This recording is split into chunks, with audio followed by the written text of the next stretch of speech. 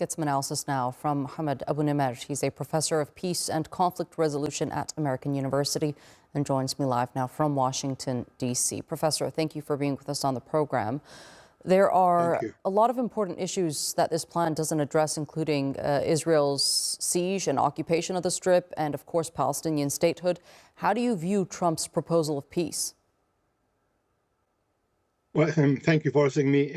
I think there is one probably positive thing about it, is that finally, publicly, Netanyahu is committed to end the war. And also another thing is that the expulsion of Palestinians outside of Gaza is no longer on the table, as well as Israel continue to be to occupy the entire territory of Gaza or create new settlements. These are three, I think, very clear things that came out of this proposal.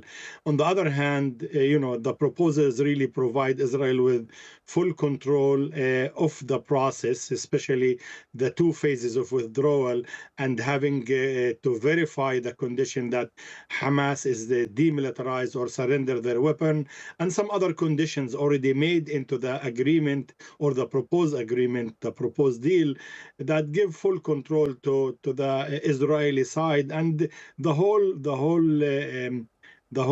20 points as made by the American, they are really in many ways Israeli position, but been repolished in some ways and proposed as an American, but de facto they were made by Israel and the US and Trump in many ways without consulting with or negotiating with Hamas, and also in many ways trying to provide Netanyahu with a ladder to go down out of the out of the tree where he climbed for the past 2 years.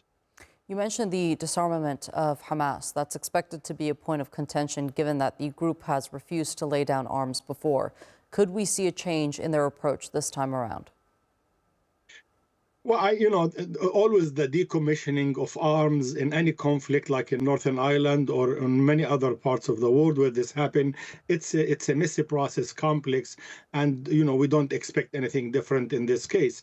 How would you verify, whether Hamas would surrender all its weapon, and how the verification of that? What will happen with the tunnel? What will happen with the infrastructure? The proposed agreement says the destruction of the entire infrastructure of Hamas military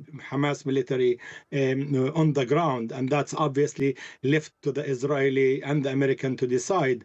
As I said earlier, really the keys for verification if the agreement is being implemented are left in the Israeli security as well as the American. And we know from the past 2 years, and we know since 1993, since the Oslo Agreement, that it's very hard to satisfy the Israeli conditions for security and for political control over the territory, and this is not going to be different. Everybody wants to end the war. Everybody wants to end the genocide, and I think that's a good thing that's right now happening. The ending of the war is now on the table, and I think the American administration have had enough from Netanyahu, and they're trying to pressure him and to commit him publicly for that.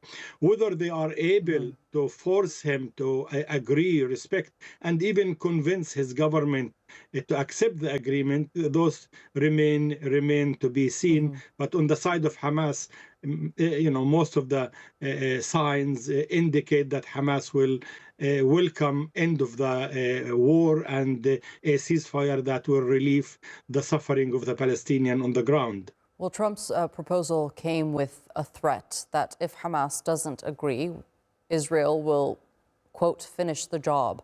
What does that mean for more than 2 million Palestinians in the enclave?